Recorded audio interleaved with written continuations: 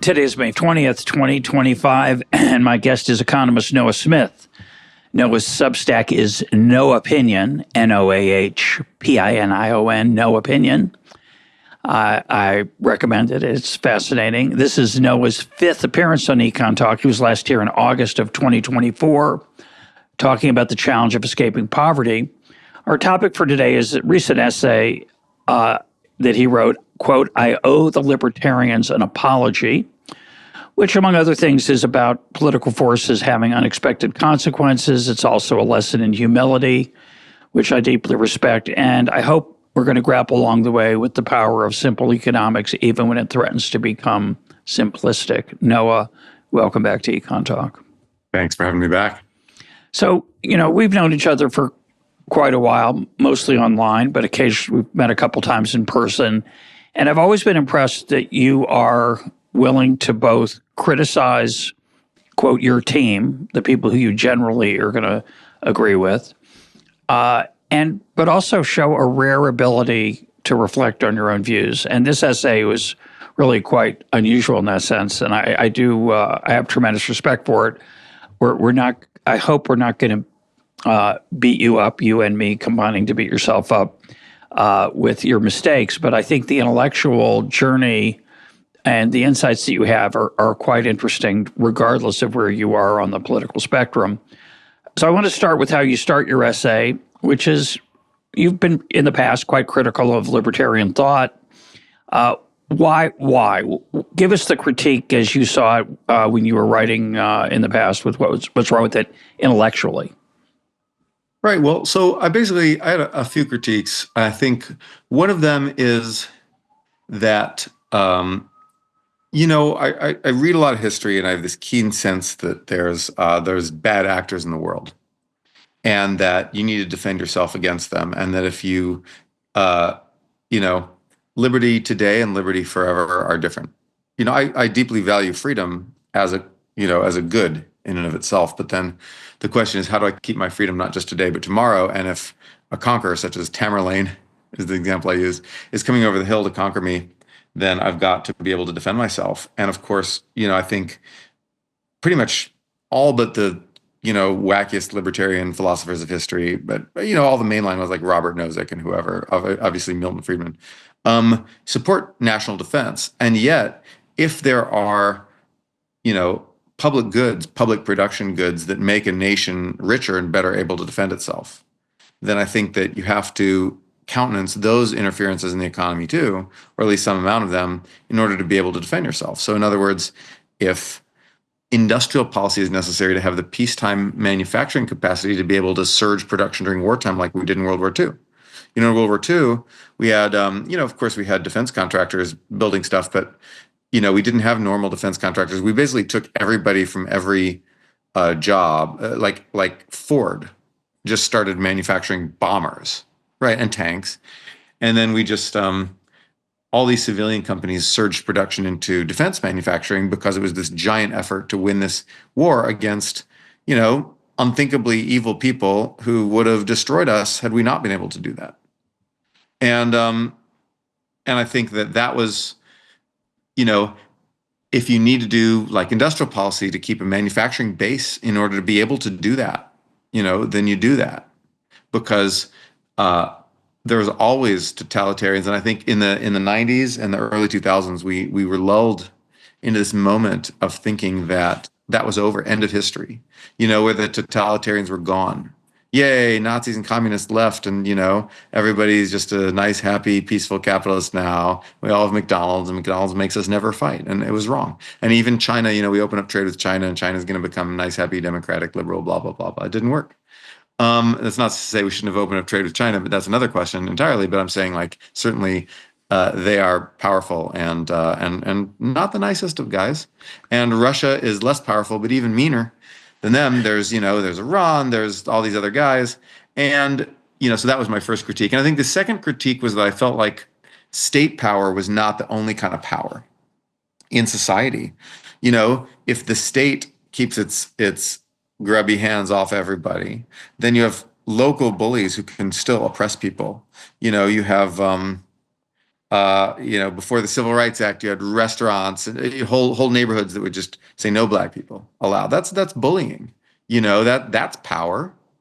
And then and you had or churches, or religious organizations that would like cover up sexual assault. You had that. That's power, even if they're not like, there is power there. And I think that libertarianism always underemphasized the degree to which you need the big bully of the state to kind of countermand the little bullies, to which you need dad to say, stop beating up your sister, Yeah. without being an abusive parent himself. I want to talk about these first two, and then you can add. I know you have a little more to say, but those are the main ones. I think I'm done. Okay, we'll go in reverse order then. Let's start with the one you just mentioned. I accept the view that there's coercion. I should just say, I am roughly a classical liberal. I've had my own changes in my own views over the last 20 years, but I'd say I'm more of a classical liberal than you are. I think that's the safe thing to say.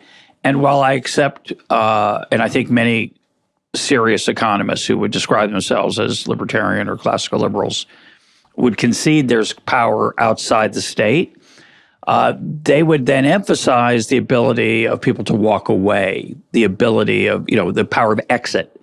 You don't have to use certain products, for example, even though they might have some market power. And I think right. We have to concede, our side has to concede that in the short run, there can be a lot of something unpleasant. It might not be coercion the way the state can do it, because it can kill you, execute you, throw you in jail, take away your house, and so on. But there's market power and there's social power, the social forces that you're talking about as well. And, the church, for example, and its tolerance of certain scandals hurt itself. It did pay a price, but it didn't disappear at all. And similarly, the people who said Google is now going to rule the world because we have to have search, and we have to, and they've managed to embed search and our need for search into everything, and we're the customer. And that it was somewhat worrisome. We've done a ton of episodes on that. All of a sudden, AI comes along, and there's competition in that space that was unimagined a few years ago, and it's remarkably competitive. When the AI started, ChatGPT started, I thought, oh my gosh, the amount, and people said this, and I don't know how it got solved, maybe but the amount of capital it's going to take to create an AI going through all the data in the world, it's going to mean that only a handful of places will have it, and they can exploit us. And all of a sudden, there's, I have 5 different ones on my computer. It's kind of amazing. It's, they're losing money. They will get more expensive, probably. It may get cheaper because of technology improving it, but it's all of a sudden Google's market power is suddenly much diminished. And I think and then you can debate whether those of us who are skeptical of government intervention into market power, whether we're right, because, see, competition does come along, or you could say, well, it takes a long time and it's pretty uneven, and along the way it's pretty unpleasant. So that's the only thing. That's my footnote to what you said. And on the first point about, I want to say one thing about industrial policy and see what you think. Kind of an interesting thing that the United States in the post-World War II era is the bulwark against tyranny around the world. Of course, it's not the only thing it cares about. It's not perfectly kind. It's not run by benevolent dictators who are trying to save the world for freedom. But there are good things that come from U.S. Being strong. It's not just about defending itself. Your point. And global public goods, if you will. Say that again? Global public goods. Correct. Provision, and I'm will have some negative things to say, I'm sure, about economic policy in the Trump administration. But it's striking to me that one of his themes is how the world has been a free rider on certain aspects of American exceptionalism. I would say pharmaceutical innovation, national defense. He's certainly been outspoken in his desire for nations outside the United States to pay, quote, their fair share. And it's an interesting question of whether the United States needs to maintain industrial capacity for the kind of war that you're worrying about. And other nations, but the other nations don't have to, because they could just rely, they can free ride on the United States. That's a fascinating aspect of this. But the other point I would just make I never is said that. I know you didn't. I'm adding it. I wasn't saying, in fact, when I talked about the need to defend yourself, I did not even mention the United States. Well, I was having them in mind, and I was thinking maybe, Poland. Say again? Certainly Poland. What about Poland is on the front lines against Russia. They know that if Ukraine falls, they're next on the menu. They certainly are amping up GDP, defense spending to like 5% of GDP, 6%. It's like they are really going all in on defending themselves. And I think that's in a perfect world where you wouldn't have to do that, but they do. Well, I agree. A perfect world where people weren't bad actors. Yeah. Right. Yeah. But my point is simply that Poland could buy defense capacity from those who can produce it, who are friendly, and usually are such nations. They could, and they could import it. But it's an interesting question of how many nations in the world need to have their own industrial capacity and manufacturing ability versus relying on, say, the big brother, the United States. Big issue for Israel right now, where I'm sitting. Israel's historically relied, you might say, on the United States. It's not quite true. There was a long period of time where Israel relied on France. Got weapons and airplanes from France. Right. They got some weapons in 1948 from Czechoslovakia and from the Soviet Union. But now the United States is its main supplier of military technology. And given the pressure the United States has put on Israel in the Gaza war, many people here in Netanyahu recently said explicitly, United States, Israel needs to wean itself from its dependence on U.S. military technology. And that's costly to develop your own when you could buy it. But if you're worried you won't be able to buy it, or it comes with strings, it's understandable that you might Israel's done a very large amount of interference in its economy for the purpose of maintaining and expanding a defense industrial base in order to be able to defend itself. Yeah, but it's an interesting, the challenge with that argument is that it has a lot of applications that are, I would call bootlegger and Baptist applications that have a strong self-interested component. The example here that's fascinating is that not many people live up in the northern part of Israel by the Lebanese border. So there's a policy here in Israel of keeping out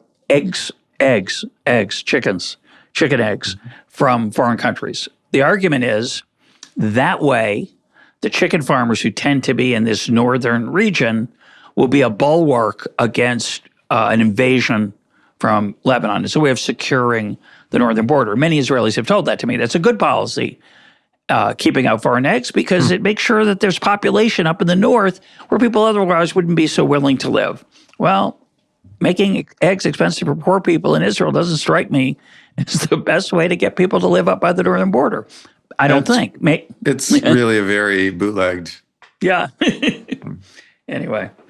So do you want to add anything else that's wrong with libertarianism? No. I think those are my initial critiques. I mean, I think that there's the standard welfarist critique of, like, if you have a perfectly free economy, where the poor people just starve, then maybe you want to tax the rich to give them some food, or other stuff. There's the welfarist argument, like, poor people need that dollar more than rich people do.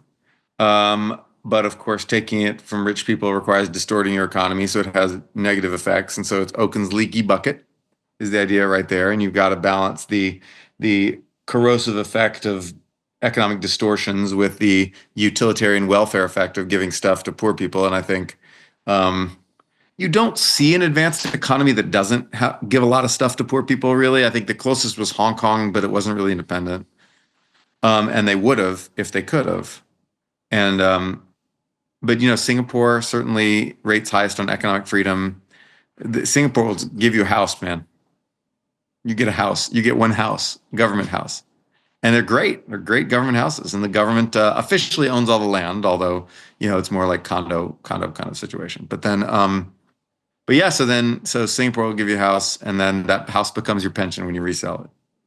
So yeah, like every society that gets to chooses this. They choose welfarism. They choose to take some from the rich and give some to the poor. Now, they make many different choices. If you're Denmark, you do a hell of a lot of redistribution.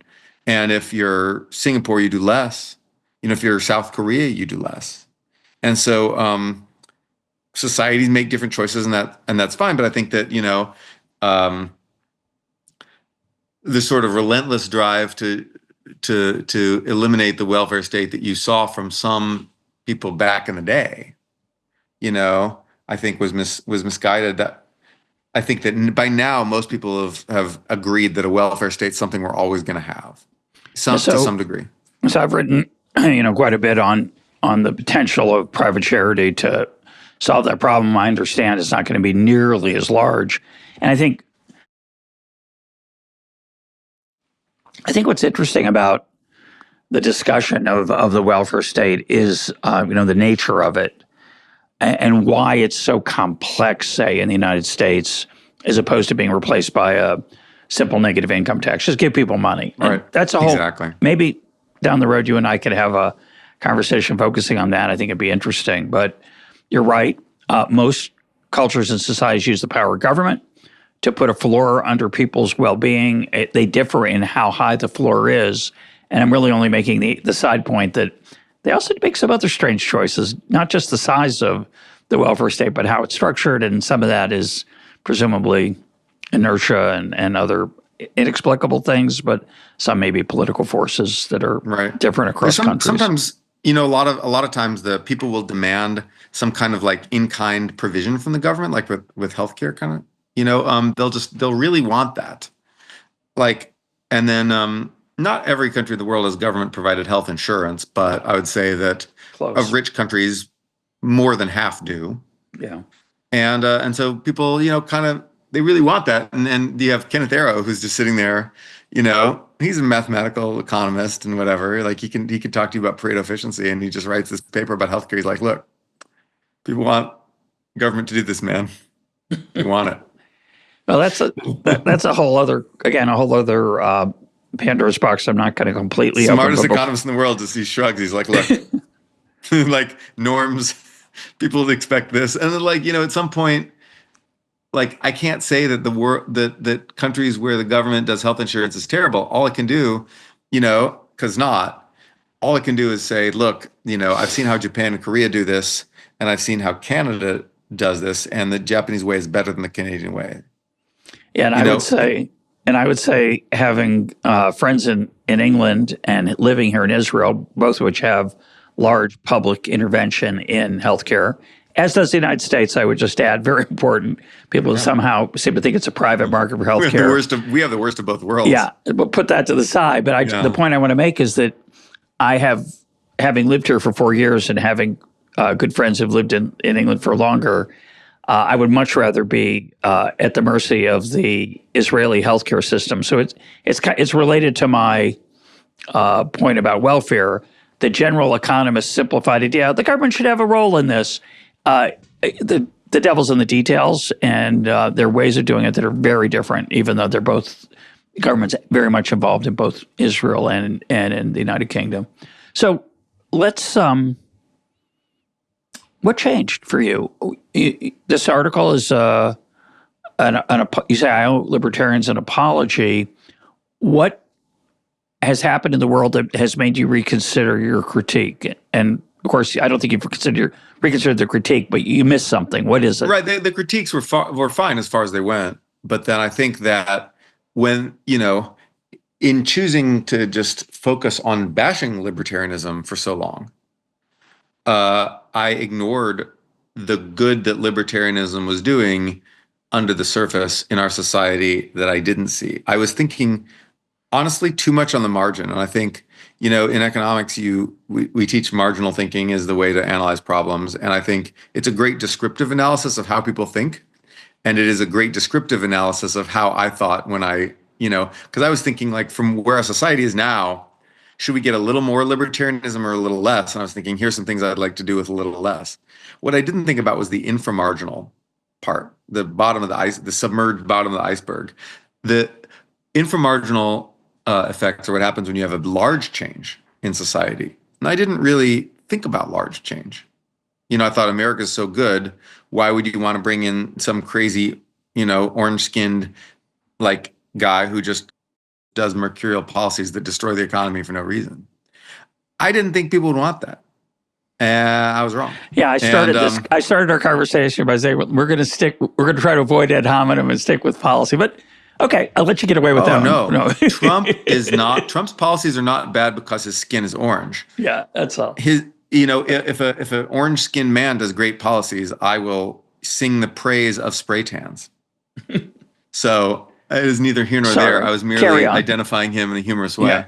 Yeah. But no, like I didn't think people would go for that. I didn't think we'd see some of the social upheavals and some of the policy upheavals that we've seen in the last decade in America. I did not expect it. I had no frame of reference to expect it because I was young. And I didn't see the 70s. And I didn't see Nixon. And to me, I was like, Nixon, big deal. He did some crimes. He resigned because of crime, whatever. I didn't realize how close he came to going all in on what his advisors were advising him to do, which is basically declare himself a dictator. Like Roger Stone was telling him to do that, right? The same guy who advised Trump. I don't think it was anything close. They may have advised that. I don't know what that was. Or he may have advised. They advised him to do it, and he refused. He was basically like, "I'm not a dictator." Yeah. So, and I'm not particularly interested in how authoritarian Trump is. I am interested in, as we've talked a little bit. Well, we might come back to it, but I think the question of the destruction of norms that constrain people in power in America until, I don't know when. It's hard to say when it started. For me, it's been mostly a slow erosion, and with Trump, it's become a much faster erosion. There's a willingness of Trump, but there was a willingness in his predecessors as well to skip this nasty, annoying thing called democracy or representative government or republic that we're in. And you need to get things done. And you heard this on both the left and the right? My favorite example is Thomas Friedman, the New York Times columnist, said, wouldn't it be great if we could just be China for a day?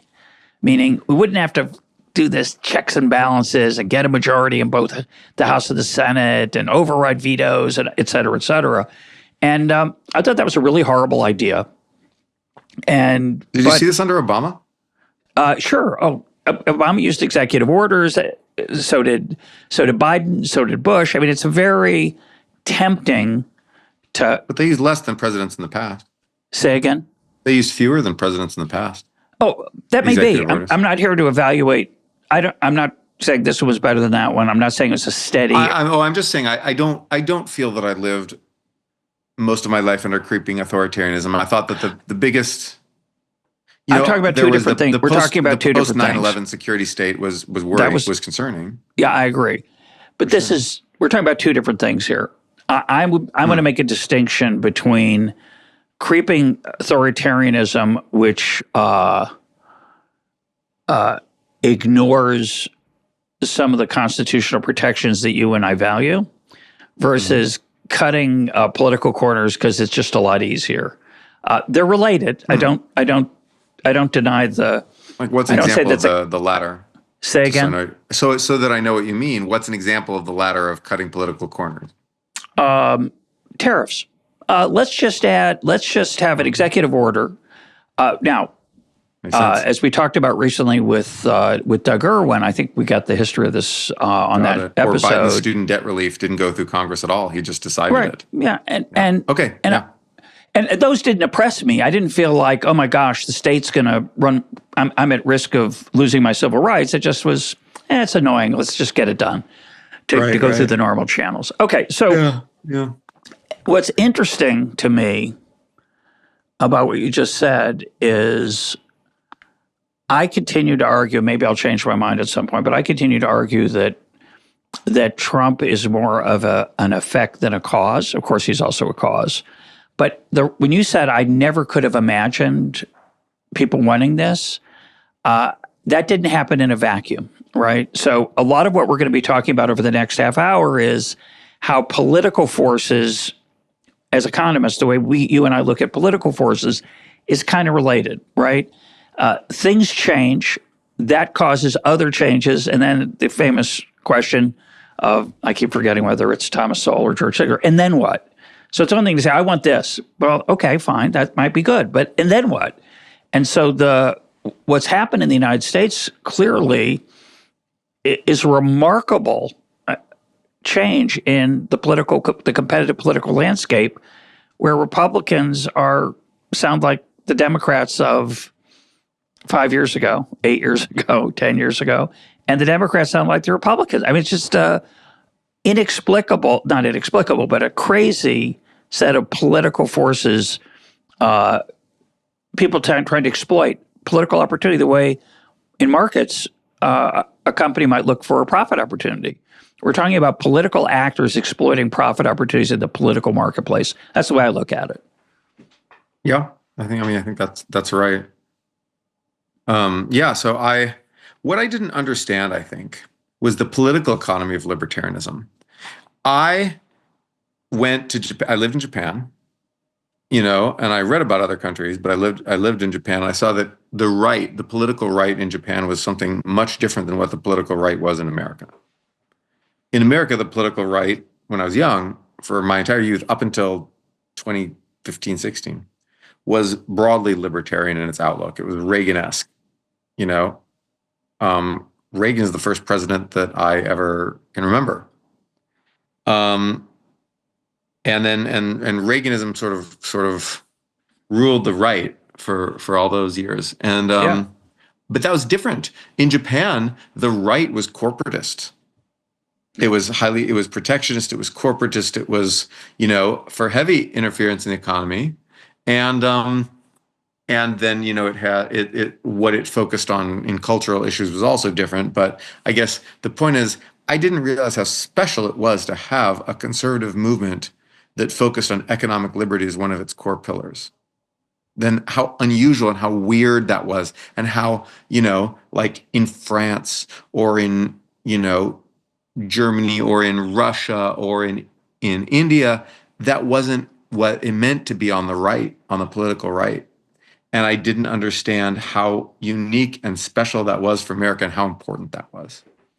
It's a fantastic insight. And it's obviously true here in Israel. The right is welfarist. The right wants to support the ultra-Orthodox on welfare.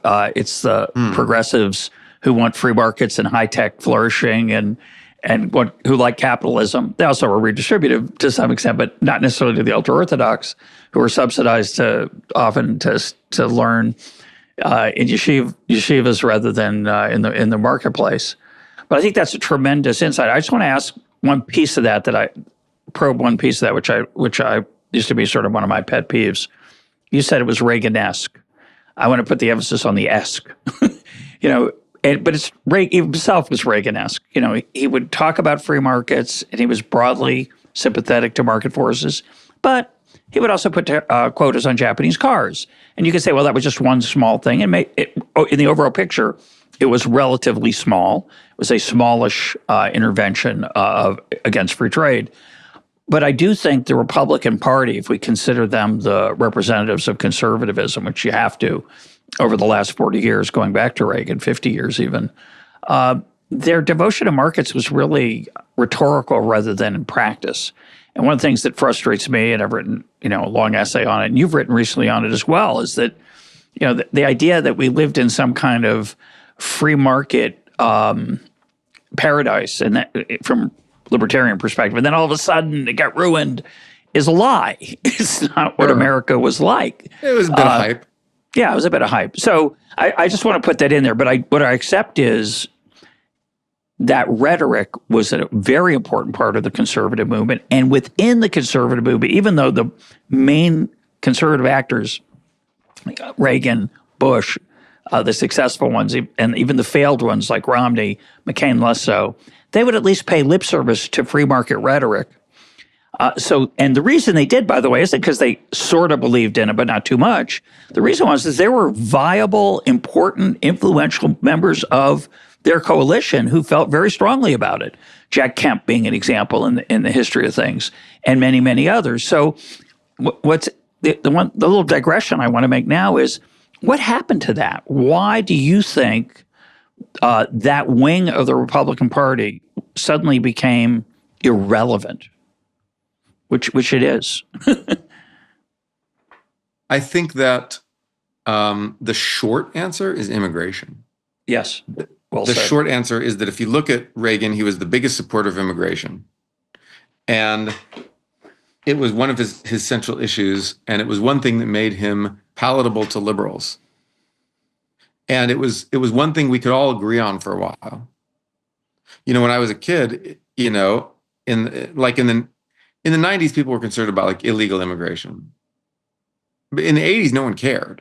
Like no one cared about immigration at all. Yeah. And then like in the 90s, like some people started to care, and you saw Pat Buchanan, you saw, you know, efforts to restrict welfare, which Clinton did actually in 1996. The Personal Responsibility and Work blah, blah, blah Act, whatever that was, welfare reform. That also kicked all immigrants, not just illegal immigrants, off most forms of federal welfare, not all actually, but most. And so you saw that, and that was sort of that. That went a lot farther than Prop 87 had in California. Explain what Prop 87 is. Oh, it was this thing that Pete Wilson tried to do, the Republican governor of California. He supported this like ballot initiative to like strip illegal immigrants of like all state welfare benefits, and it failed, and it got Latinos really mad at the Republican Party, and so it led to the death of the Republican Party in California because Latinos started voting really strongly Democrat after that. But then Clinton comes along and does like something 10 times more severe at the national level, because it includes legal immigrants too, and that like, you know, federal welfare is more important, I guess, in many ways. And then Democrats don't even get punished at all.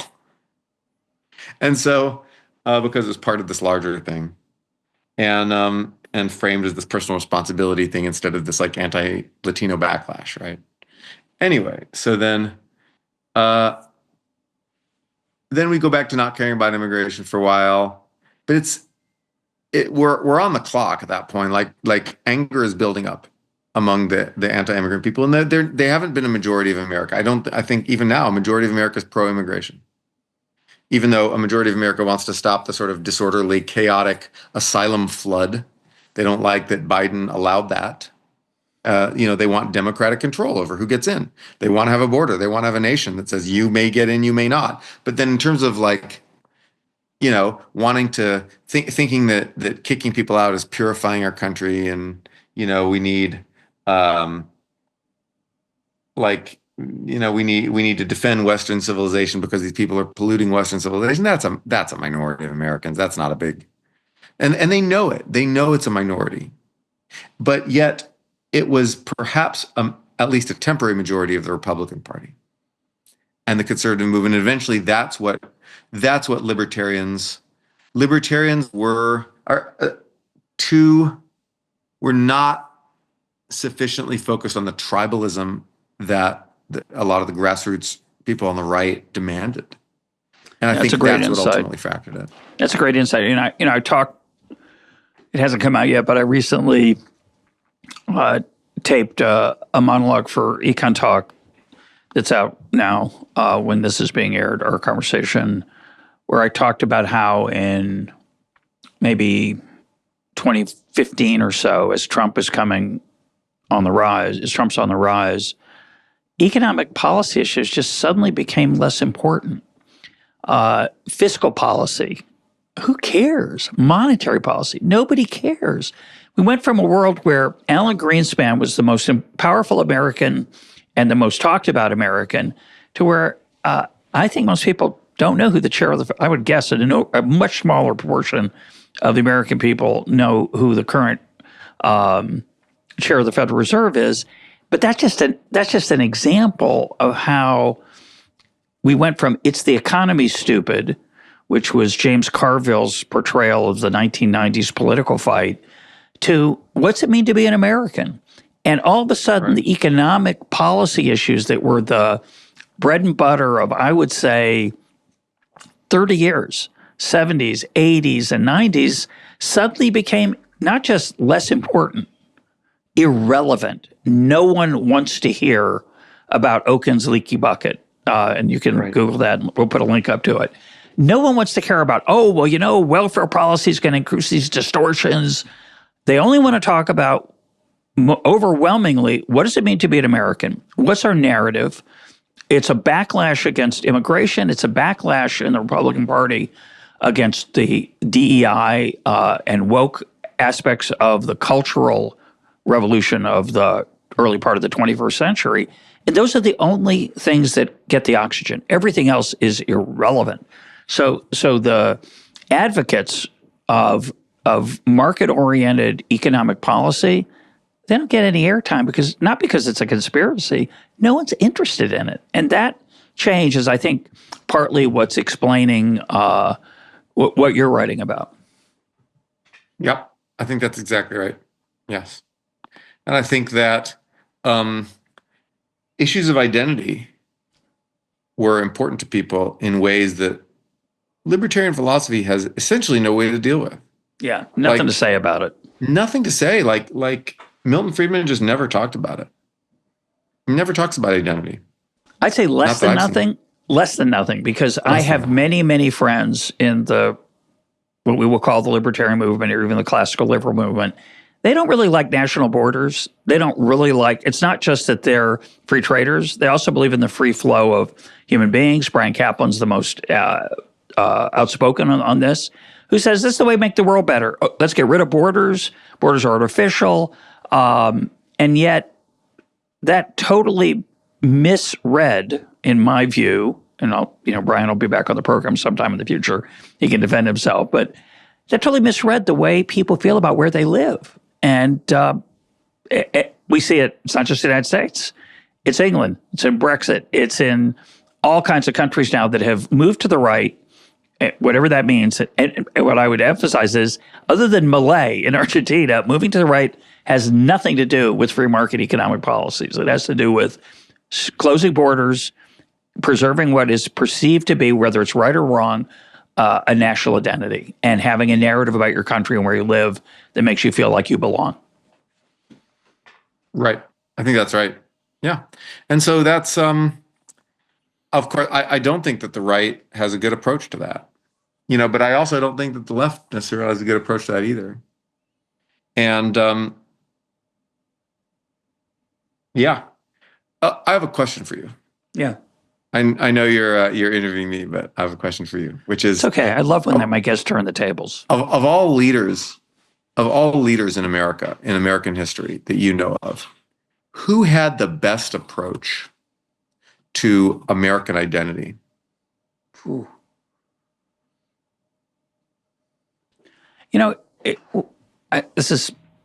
not my field, so I probably should not say anything, but I'll going to take a stab at it since you were so kind to ask me a question. I think for most of American history, it wasn't the issue that it is now, because among the people who mattered politically, and that was mostly white people and white men, the narrative was there was a consensus about the narrative. And what happened is that as non-white people got more political power in the United States, rightfully so, and non-men got more political power, that narrative got a little harder to believe. There was a certain idealism about the United States, somewhat earned. It's an exceptionally great country relative to the alternatives, but it's not perfect. It's deeply flawed. The way it treated Native Americans is horrifying. The way it treated black people, horrifying. Could debate about Jews, gays. Not a great story. It's not as bad as the others, but it's not great. So America had an ideal that it struggled to live up to, but you could argue increasingly got closer to that ideal over time. And so the narrative got richer. It allowed other people to believe in it, in principle, right, in theory. That's evidently not so easy. And right, I think the thing that fell apart in the 21st century for America, and we face similar issues here in Israel, they're just different They have different names. But the question is, when you have a diverse country, and America is extremely diverse, and it's had a huge amount of immigration. It has lots of people of different races. It has lots of different religions, unlike, say, many European countries that until recently were just very much more homogeneous. Once you have that diversity, what's your narrative? Who are we? What does it mean to belong, to be an American? And we've had different answers. Americans had different answers to that question.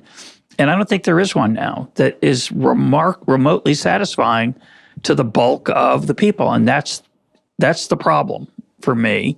And it's also, again, why free market libertarian stuff is out of fashion. It was never in big fashion, but it's off the table. And it's because, as you point out, they don't have much to say about it. Right. I think that's right. Where do we go from here? What's your answer to that? About narrative? Well, which leader, which Franklin Delano Roosevelt. Which, his answer in terms of his rhetoric and the idea of American identity that he urged on people did not always fit the actions of his administration, such as when they interned a bunch of Japanese people. Yeah, no. So I can't say that his actual actions were ideal. Certainly that was really bad. And he was the beneficiary of coming after a depression and a world war where Western civilization was actually at stake.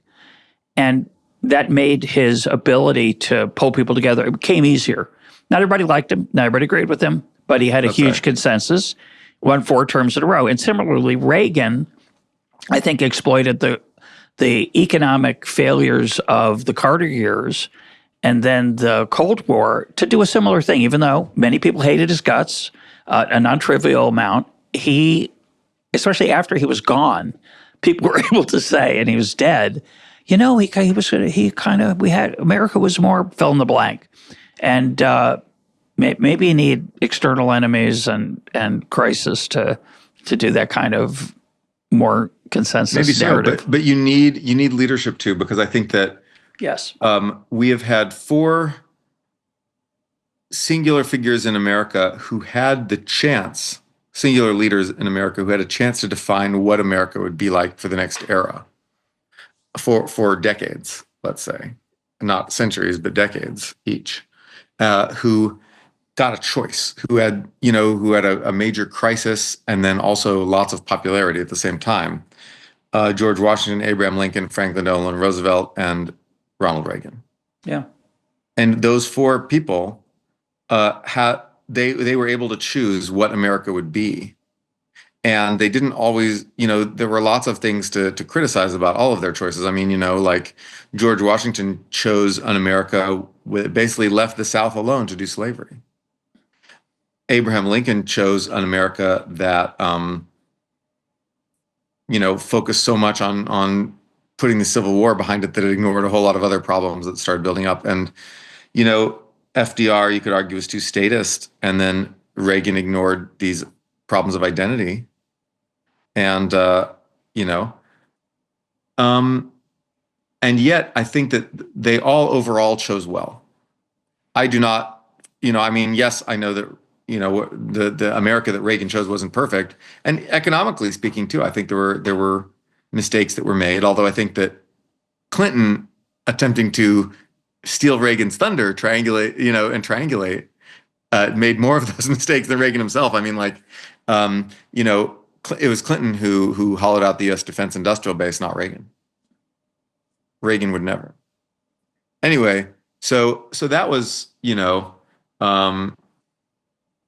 that was that. But I think that Reagan made the American right into a broadly liberal right, and not liberal in the American sense of left liberal, freedom oriented.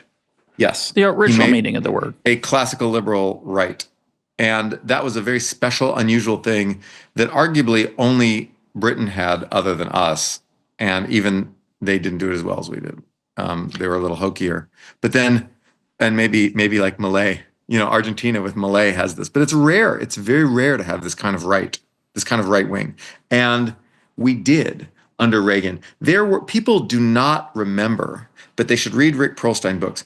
There were KKK people who cheered for Reagan. They actually tricked Reagan into doing some speech on some like famous Southern KKK important day in some town. Anyway, and then KKK people would show up to his rallies. People would show up to Reagan rallies with swastikas. People were like, oh my God, there's swastikas at this Unite the Right rally for Trump. People showed up to Reagan rallies with big swastika flags. And they were like, okay, get the cameras away from that. And Reagan himself was horrified and was basically like, what? There's these, he was not even from the South. And when he would go to the South, there would be like these overt classic racists who would kind of come out and support him. And he would be like, no, I don't want those guys. And then his advisor would be like, we have to not say anything because it's part of our coalition. And he would just like be like, okay, well, I don't want those guys in my coalition. So, but Reagan forced the right to be more oriented toward freedom. Yeah. No, than it constitutionally or naturally would have been. And then it was in other countries. And that was a major accomplishment. And FDR made the left much more capitalist than otherwise would have been. And he, complain all you want about the New Deal state, but the America in the post-war years was pretty capitalist. Well, and there were a lot of voices who wanted us to endorse fascism in the 30s. They didn't want the New Deal. They wanted Mussolini and Hitler's state control of industry, and so in many ways he was again a force against that. Yes, and there's a really interesting book called American Midnight about how America had been going in a more authoritarian direction since the end of the Civil War, and then in the 1920s, after World War I, during World War I, it dramatically accelerated. Woodrow Wilson Woodrow Wilson controlled the press. He passed, Woodrow Wilson basically declared himself in charge of the entire media and censored the entire American media. And the Supreme Court later struck it down, but it was press controls of a type that are utterly unimaginable today. And he said it's for war. And so I'm going to just decide what you can and can't say. And what he did was he covered up the Spanish flu. He said, no one in America, no newspaper is allowed to write about the Spanish flu. And so more people died. People couldn't social distance or whatever they had to do.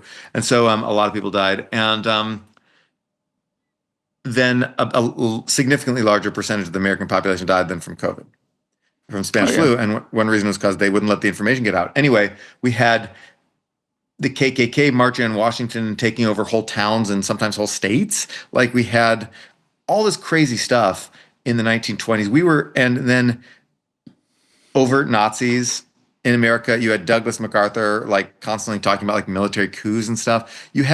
America was sliding toward authoritarianism. And the 30s would have provided a good impetus to slide. You talked about how the 30s helped FDR. Well, yes, they did, but they also helped Hitler. They helped Mussolini, and the 30s gave rise to authoritarianism in every country, arguably every country except ours, and maybe Britain. Yeah. Okay, but every country went more authoritarian as a response to the Depression, except for us. We became more respectful of freedom and diversity, and a lot of the ideas of diversity that got repurposed for woke stuff, and everyone complains about that. But those ideas came from FDR. FDR he created this idea. Not him personally, but people in his administration created this idea of the rainbow mosaic of America, and how we're all Americans, but we all also have our identities that we like. And they created the term Chinese American. And I think that was the idea that I'm fully Chinese, but I'm fully American. Of course, they did this so they could support the Chinese nationalists against the communists. Sorry, that was Truman, not FDR. But FDR and Truman, these New Deal guys created a vision of American identity that worked for a long time, and it has been put under strain. But if we went back to that, we would be a great nation again. Yeah, I think it's going to be harder to put that genie, I don't know what the right metaphor is, but back in the bottle? I don't know. Yeah, I don't know about that, because I think he did. I think we didn't have that sense of identity before FDR. So that argument, let me give you two versions, two different explanations, and then I want to move on to Econ 101, and because I think you have some interesting observations, and I want to add something to it. You mentioned we had four singular leaders. America had four singular leaders: George Washington, Abraham Lincoln, FDR, and Reagan over the life of the country so far. And I think people would disagree with you about authoritarianism and FDR, but let's put that to the side. I want to give you two different theories of these four people and see where you stand. One view says they were exceptional leaders. They were exceptional human beings. We can make a long list of what's exceptional about all four of them. Reagan would be the one that I think people would struggle to accept. I think he was consistently underestimated, both intellectually and as a political genius. And Trump, similarly, is, I think, greatly underestimated as a political genius. That he has managed to get himself elected twice. He would say three times, but that he's won two national elections is a tribute to how skilled he is, as I mentioned earlier, at seeing an opportunity that no one else saw. No one else saw, and didn't seem plausible. But I want to include Reagan. Let's accept that these four people, Washington, Lincoln, FDR, and Reagan, were political, intellectual, whatever you would call them, exceptional and great leaders.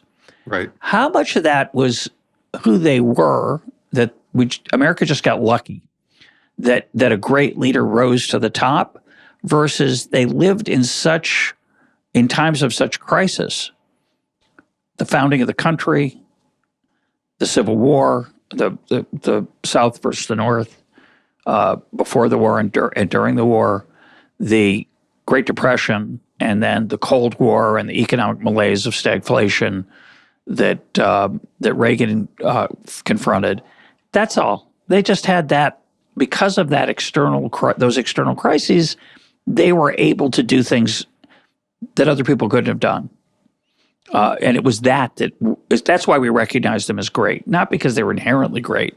They were adequate. But the crisis is what has enhanced our view of them, not so much the people themselves. What do you think? I think that the crisis is what enables greatness, but the crisis does not confer greatness. And I refute it by pointing out Adolf Hitler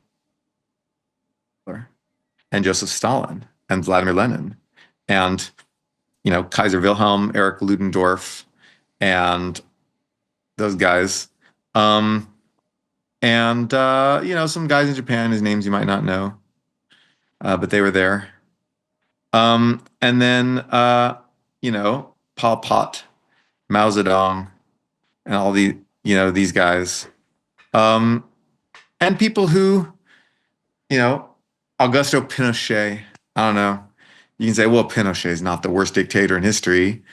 No, but it kind of sucks. But what's your point about this list? What are you saying? My point with this list is these people all came to power in the middle of crises that tapped them on the shoulder and says, it's crisis time. You need to rise to this crisis. It's time for greatness. And they were singular individuals, but they chose poorly. They chose darkness. History, the crisis gave them a choice to choose what their nation would be. And those people I named chose poorly. And the thing about the four people I named was that by and large, they chose well. The Americans, yeah.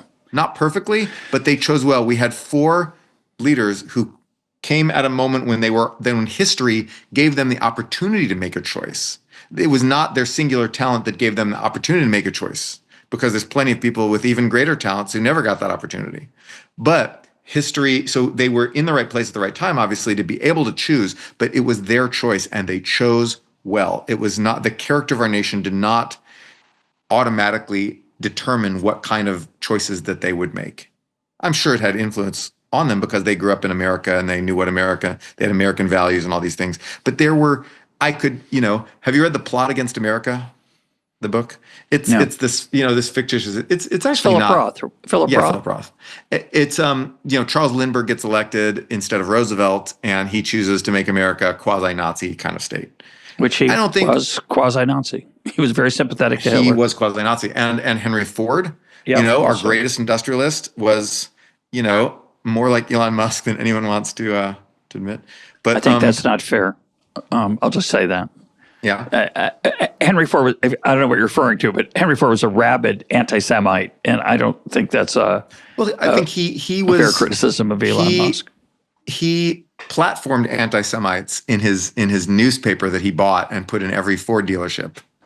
And Elon Musk has platformed anti-Semites on Twitter because but a lot of Jews too. So it's different. It's a different marketplace. That is true. But Henry Ford did recant his, he apologized publicly for the anti-Semitism repeatedly and publicly. He apologized for this, cut ties with the America First movement, and he did that. He said he's sorry for all the platforming the anti-Semites. So okay, what year was that apology? I don't know that. I put it in a column when I was writing about these parallels, but hold on. Henry Ford. Shame on you. Henry for anti-Semitism.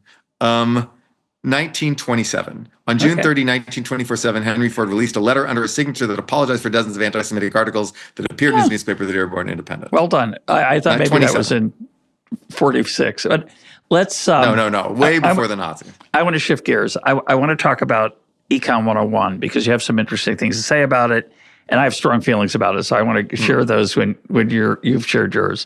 So talk about what I thought your observations about trade, housing are extremely interesting and important. So what changed with your viewpoint on Econ 101? Explain what you mean by Econ 101 also. Well, Econ 101 teaches simple models. And I'm not one of the people who says you should teach much more complex models in Econ 101 because honestly, you can't. It's a real struggle to get people to understand what supply and demand even mean. Try teaching some intertemporal optimization. No, that's Econ 401.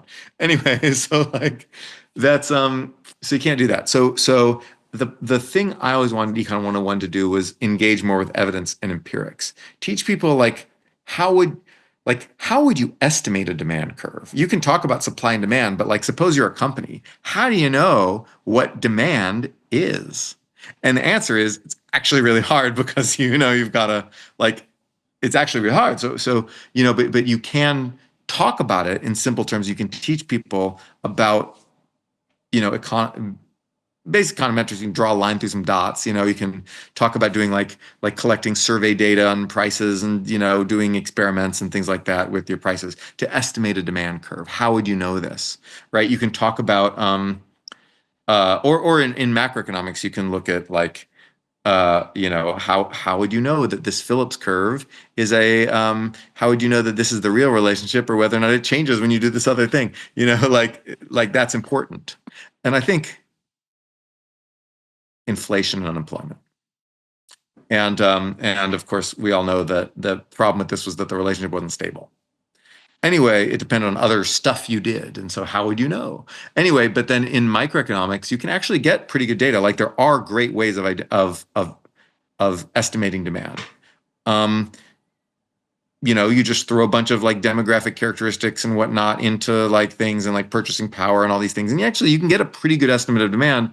You don't have to teach people a multinomial logit model. You can just, but you show them some dots and lines, but talk to people about how would you know that this is the right model to use? And then sometimes in Econ 101, we teach alternative models, two different models, right? So we teach monopoly. Right? We teach the monopoly model in Econ 101 and we teach the perfect competition model. Of course, reality is somewhere between the two. We don't know where, but there's a lot of complexity there that we can't teach in Econ 101 because it's too hard. But you could at least teach people okay, how would you know if there's monopoly power in this market? And to be honest, it's really hard, but you could teach people how to think about it and get people to think, how would you know if it's time to pull out the old monopoly model and see what that says. How would you know that if you have these alternative models, which you always do in economics? How would you know? So that was my critique of Econ 101, was that it was too theoretical, not empirical enough. And I think that people understand stuff when you connect, like physics class will like do experiments. You'll drop balls and time the balls so you can like time the acceleration of gravity, right? You look at spinny things and stuff and measure their speed. And so like, those are the same experiments Galileo was doing. We do the same thing in undergrad, in high school physics that Galileo was doing. He's a little smarter because he thought of it first. But, a high school kid can do those experiments. I think economics should have the joy of trying to figure out how the world really works, not simply the joy of trying to intuit how the world must work or might work. So I think that economics as a whole had become a much more empirical discipline since the 80s, as computers allowed us to gather data and to do better statistical analysis of data. And I think that was not generally reflected in the changes in economics education. But and it should be. That wasn't the focus of your article. Your article was making on Econ 101? Yeah, your argument was that the fundamental, this is the way I took it, you can disagree, the fundamentals of Econ 101, which are, quote, wrong, perfect competition, supply and demand, ignoring monopoly, ignoring oligopoly, ignoring price discrimination, ignoring 1,000 complexities of modeling that you've just implicitly talked about, actually has some useful things that evidently people don't know. Like build more housing, yeah. Yes. Prices go down. Why is that controversial? But it is. Right. So talk about that. Yeah. So it's really difficult to get people to believe in basic supply and demand. It's really hard to get people to believe it. It's hard to get people to even understand it. It's hard to get people to think that's real. But the reason it's hard, this will may blow some audience minds here. The reason it's hard to get people to believe it is the same reason why it's hard to estimate empirically your basic supply and demand model, which is to say, and Paul Romer made this point, when you get people in a city, right, and people move into the city because there's a tech boom in San Francisco, they move into San Francisco, and San Francisco responds, like say 100,000 people move in, and San Francisco responds by building 10,000 houses. Well, prices are going to go up. The basic supply and demand model says prices will go up because you didn't build enough houses. And when you put it that way, it sounds very obvious. But when you're sitting in the ground in San Francisco and you don't understand the larger context of why people are flooding into the city, or even know that there is some reason, you don't understand a demand shock. You don't understand what that means. You can see the supply response. You see cranes, you see buildings going up, you see some apartments. You're like, we just built 10,000 houses and price went up. Supply and demand's fake, man. Like, look at how all this supply we built and then prices just went up. Building houses must make prices go up. And so this is why identifying supply and demand curves and identifying supply and demand shocks is so important, because if you can, then what happened was we had a small supply increase and a very large size demand increase, and obviously the demand increase outweighed the supply increase, so you're going to get prices go up. And so that's the empirical kind of thing that I think teaching that would help people believe in supply and demand. Well, I would say a little differently. I would say we moved along the supply curve. We didn't shift the supply curve. And that increase in the quantity supply doesn't bring prices down. It's a response to the increase in demand that started things moving. But put that to the side. I'm going to give you a different interpretation, which I taught supply and demand for 30 years. It was the heart and soul of the micro or price theory classes that I taught. But I felt differently about supply and demand when I was 25 years old coming out of grad school than when I was 55 years old teaching it for the 30th year. Supply and demand, and this I think explains why I think people don't, I agree with you, I don't think people, it's really hard to absorb it. It's really hard to use it as a tool. But the reason is I have a different interpretation. The reason I think it's hard is that it's not true. Supply and demand, and so I don't agree with you about the empirical side. Now, I'll make my rant, and then you can react to it. It's a waste of time to estimate supply and demand empirically. I think empirical things matter, of course, but the reason people don't believe it is because it's not true. There's no price. There's not one price called P star. It's not. There is. We say, oh yeah, but that's only for a particular quality. Yeah, but every quality is different. Every house has its unique aspects, and therefore this whole thing is literally is a mental construct, not something that exists in reality, and is not the way actual prices are set. Actual prices are set by landlords and developers and people in construction who put a label on it. And the deep inside of economics is that you're not free to put whatever price you want. And the reason is because there's competition. And I'm going to get at that, imperfect or perfect, doesn't matter, something, it's really in between. I'm going to get at that with this weird construct called supply and demand, which doesn't exist. There's no such thing as a supply curve. There's no such thing as a demand curve. You can't find them. They are our way of organizing our thinking about the fact that thousands of people are constantly buying and selling, and how many are trying to move into an area to buy versus how many new houses get built because there's a improvement in technology that lowers the cost of making houses.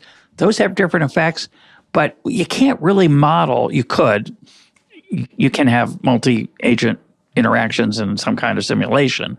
But in general, if you want to have a simple way to organize your thinking about the way prices change in the real world, we're going to use this tool that's really not realistic. It's not true, but it's very useful. It's not true there's perfect competition, ever. It's a silly, abstract idea, but it helps you think about how competition works in the real world, and it insulates you from making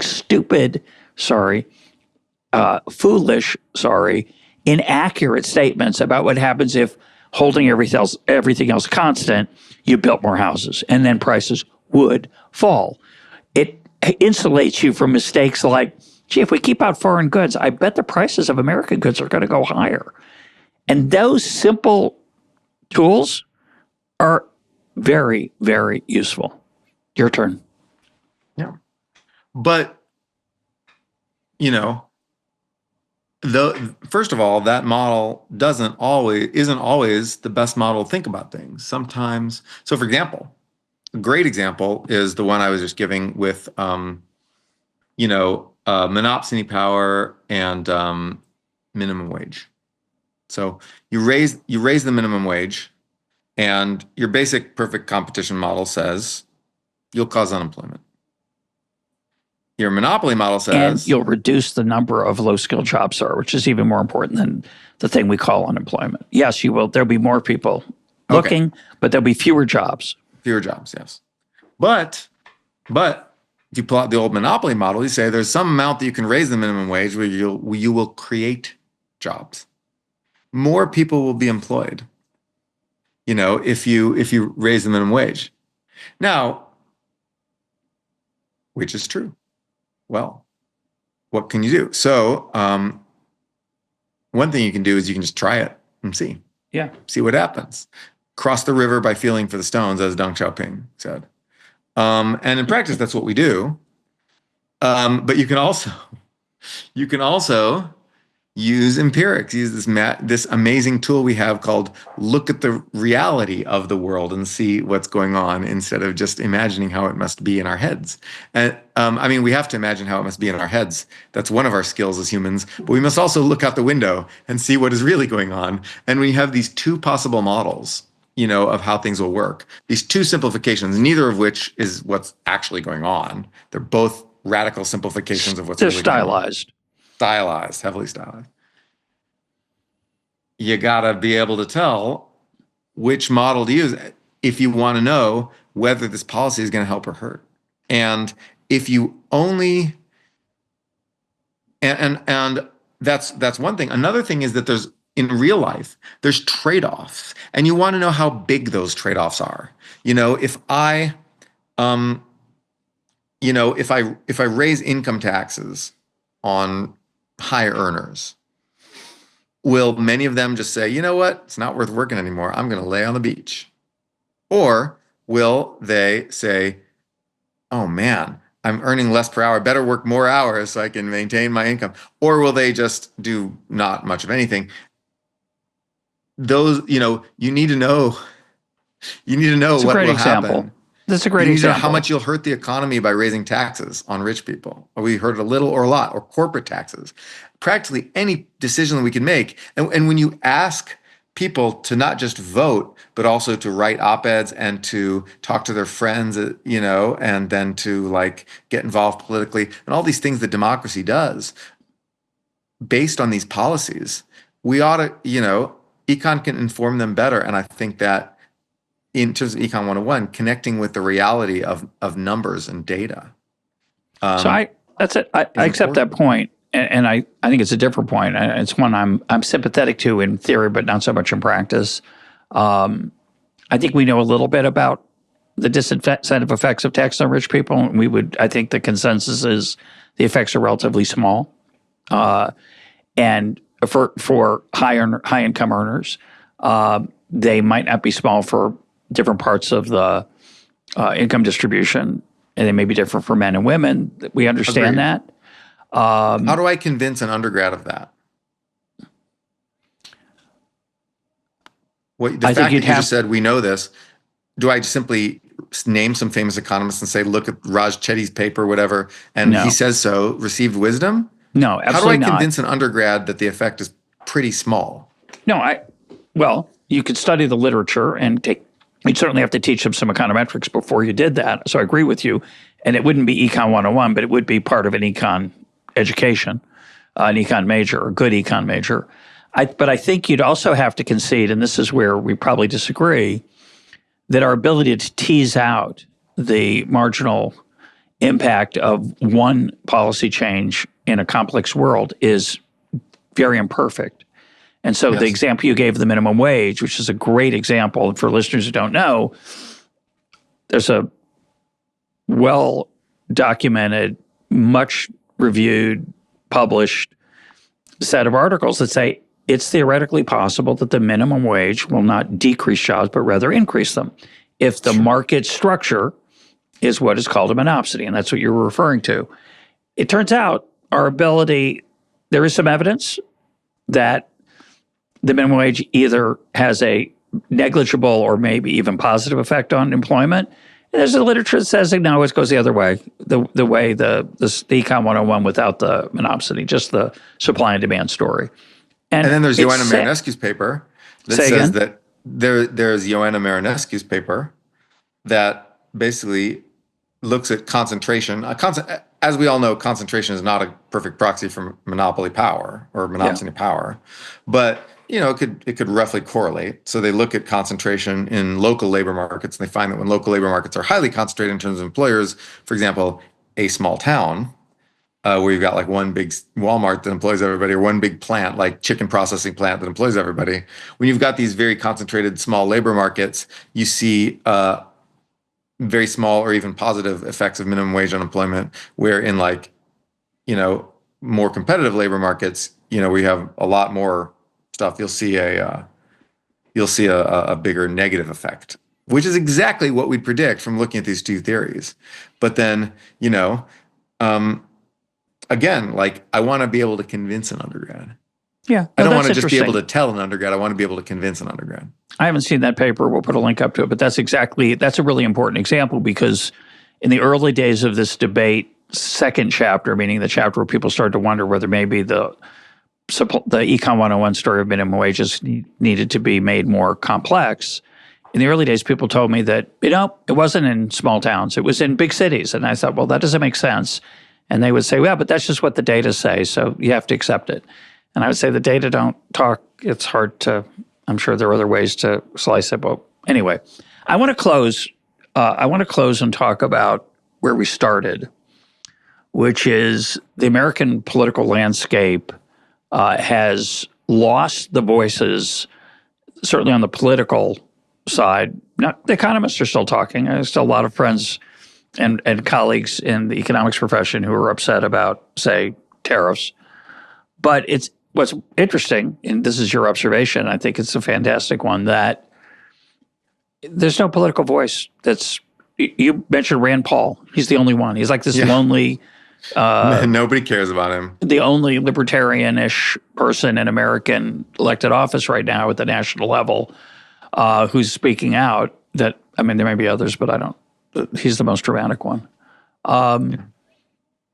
Any thoughts on what that could change? Will it change? It's strange. Well, it's a new era. Yeah. I mean, in Argentina, it took decades upon decades of Peronism for Milei to emerge. Yeah. Like, it took a lifetime of Peronism for Milei to emerge. And I mean, when was Peron? I don't even remember. It's what? I want to say the 50s. 50s? Maybe. Okay. Yeah, I think. Yeah. Anyway. Long time ago. Yes. 70 years, 60 years at most. At least 60 years, 70 years. Anyway, that's way too long, man. I hope that Trumpism will not define American thinking on economic policy for the next however many years. I mean, like Reagan, we can say maybe the neoliberal era began with Carter and his deregulations, which let's say 1978 or something.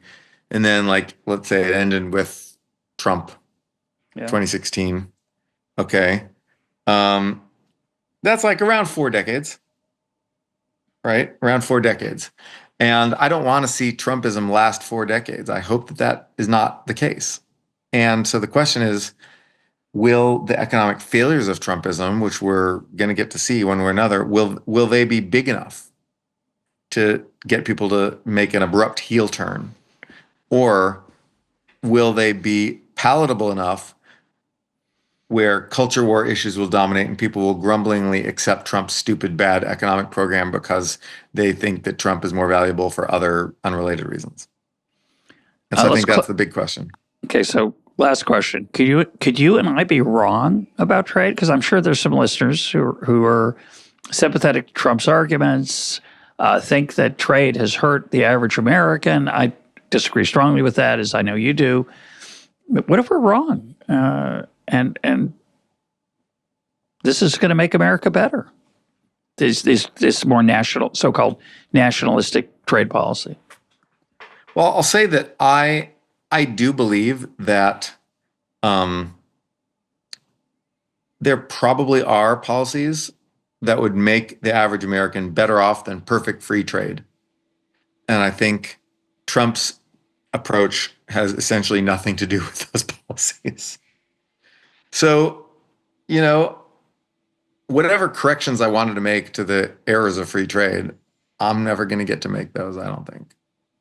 Because either there will be a giant backlash against protectionism, or people will sort of grumblingly accept it and then do it and accept it in the Trump fashion. And so I think that those are the two most likely outcomes by far.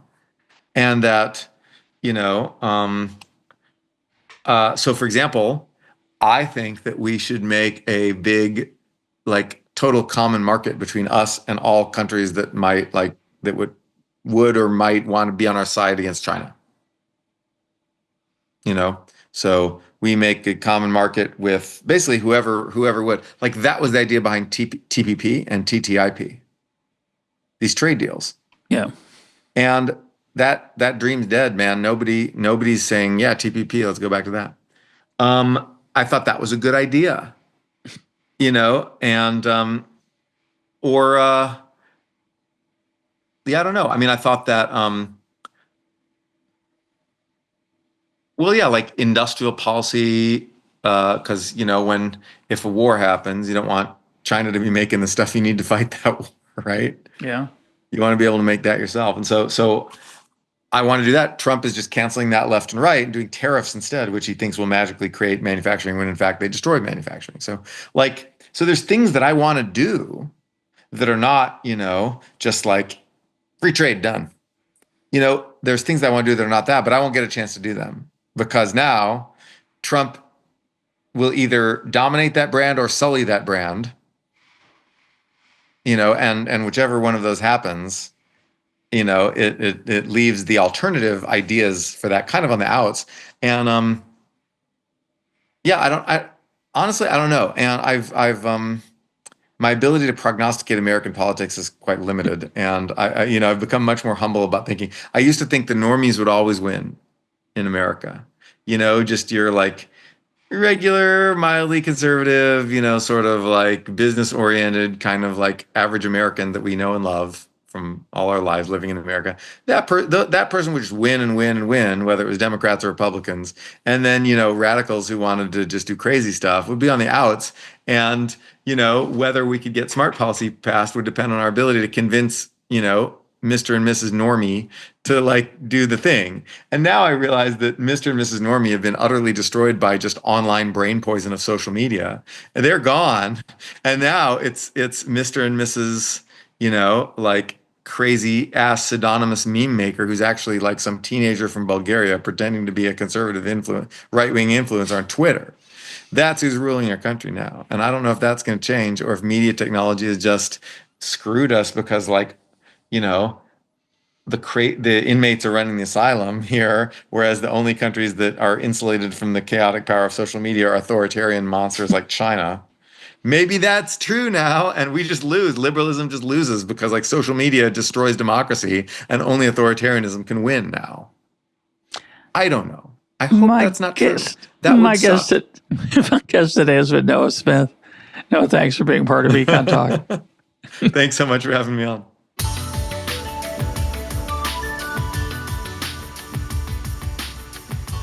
This is EconTalk, part of the Library of Economics and Liberty. For more EconTalk, go to econtalk.org, where you can also comment on today's podcast and find links and readings related to today's conversation. The sound engineer for EconTalk is Rich Goyette. I'm your host, Russ Roberts. Thanks for listening. Talk to you on Monday.